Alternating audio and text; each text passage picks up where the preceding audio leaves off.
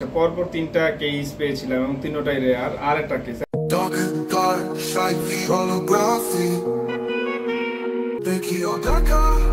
আসসালামু আলাইকুম, আমি doctor Saiful Islam Sahib, consultant sonologist and intervention ultrasound specialist. আমরা পরপর তিনটা কেস পেয়েছিলাম এবং তিনটাই রেয়ার। আর একটা কেস, প্রথমটা হচ্ছে পিত্তথলি এবং সিবিডিতে, তারপরটা আমরা পেলাম হচ্ছে প্যানক্রিয়াসের নালীতে, এখন আবার পিত্তথলিতে। কিন্তু পেশেন্টটা হচ্ছে মেইল পেশেন্ট, ওনার বয়স হচ্ছে 18, উনি ব্যথা সবসময় নিচে এখানে দেখাচ্ছে, কিন্তু আমি দেখলাম যে আনডায়াগনোস্টিক কেস হিসেবে তার পিত্তথলিতে পাথর। তো এই কারণে যারা আলট্রাসোনোগ্রাম করান বা যারা হচ্ছে পেশেন্ট যারা, তাদের উভয় পক্ষের উপকার হবে যে আপনার পেশেন্টের দেখা গেছে যে ব্যথা আরেক জায়গায় দেখালেও দেখা গেছে অন্য সাইডেও সমস্যা থাকতে পারে। আমরা কি পেয়েছি আগে একটু দেখাই, এদিকে ডিসপ্লেতে দেখাও।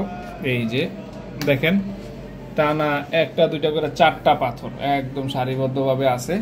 তো মূলত হচ্ছে রোগীটার, এদিকে একটু দেখাও, রোগীটার হচ্ছে ব্যথা কোথায়? ব্যথা হচ্ছে নিচে দেখাচ্ছে, নিচে। কিন্তু আমরা কি পেলাম দেখেন, নিচে খালি লিম্ফ নোডগুলো বড় হয়ে আছে, উপরে দেখাও একটু, পেট ফুলাই রাখেন, দেখেন কতগুলা পাথর, চারটা তো একসাথে আছেই, পেটটা ফুলে ধরে রাখেন, দেখেন আলাদা আর একটা এখানে, মোট এখানে চারটা, এখানে একটা, মোট 5টা পাথর তার পিত্তথলিতে আছে। কিন্তু সে উপরে কোনো ব্যথার কোনো হিস্ট্রি দিচ্ছে না। এই জন্য আমরা অনেক সময় দেখা গেছে যে মানে ইনসিডেন্টাল ফাইন্ডিং হিসাবে আমরা অনেক বড় বড় কেস ফাইন্ডিং পেয়ে যাই।